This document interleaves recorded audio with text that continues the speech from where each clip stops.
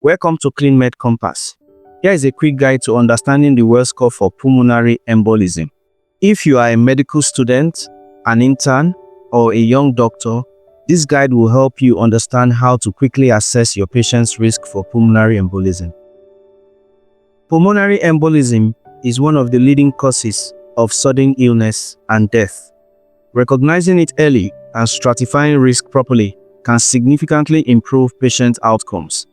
The Wells score is a useful clinical tool that helps you estimate the likelihood of pulmonary embolism before ordering investigations. Let us go through the Wells score components. There are 7 clinical items you must assess. 1. Clinical signs and symptoms of deep vein thrombosis scores 3 points. 2. An alternative diagnosis that is less likely than pulmonary embolism scores 3 points. 3. A heart rate greater than 100 beats per minute scores 1.5 points. 4. Immobilization for more than 3 days or surgery within the last 4 weeks scores 1.5 points. 5. A previous history of deep vein thrombosis or pulmonary embolism scores 1.5 points. 6. Hemoptysis scores 1.7. Active malignancy, including ongoing treatment within the past 6 months, or palliative care, scores 1 point. Add these values together to get your total Wells score. Now, let us interpret the score. There are 2 commonly used models. The first is the simplified 2-tier model. Pulmonary embolism is likely when the score is greater than 4 points, and pulmonary embolism is unlikely when the score is 4 points or less. The second is the classic 3-tier model. High probability of pulmonary embolism corresponds to a score greater than 6 points. Moderate probability corresponds to a score between 2 and 6 points. Low probability corresponds to a score less than 2 points.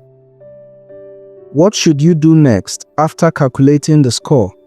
If pulmonary embolism is unlikely, meaning a score of 4 points or less, perform a D-dimer test. A negative D-dimer rules out pulmonary embolism. A positive D-dimer means the patient should proceed to a CT pulmonary angiography.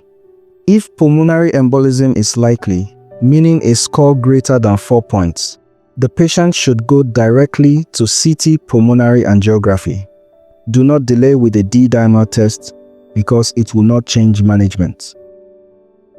Here are a few key clinical pearls to guide your decision-making when evaluating patients for possible pulmonary embolism.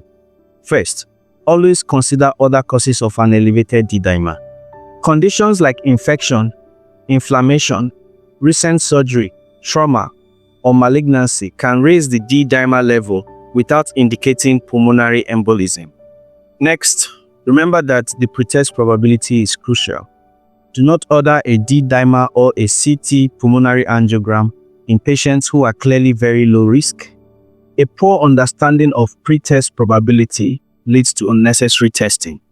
Also, keep in mind that D-dimer works best in patients with low probability of pulmonary embolism.